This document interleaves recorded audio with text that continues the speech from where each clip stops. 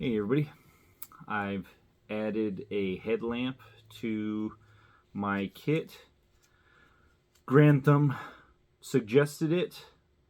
I went with this Energizer one. I don't have the model number, but it will do red, flashing red, green, and then it has bright, battery saver mode, double light battery saver mode, and off.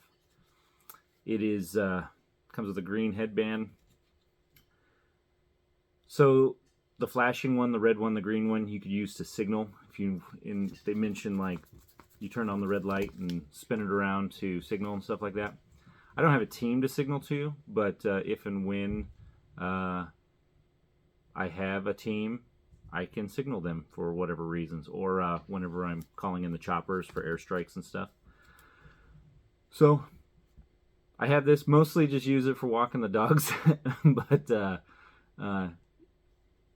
and it's I noticed it has chrome on the front, so luckily multicam is like Predator camo, so I'll just be invisible except for this chrome spot on my head.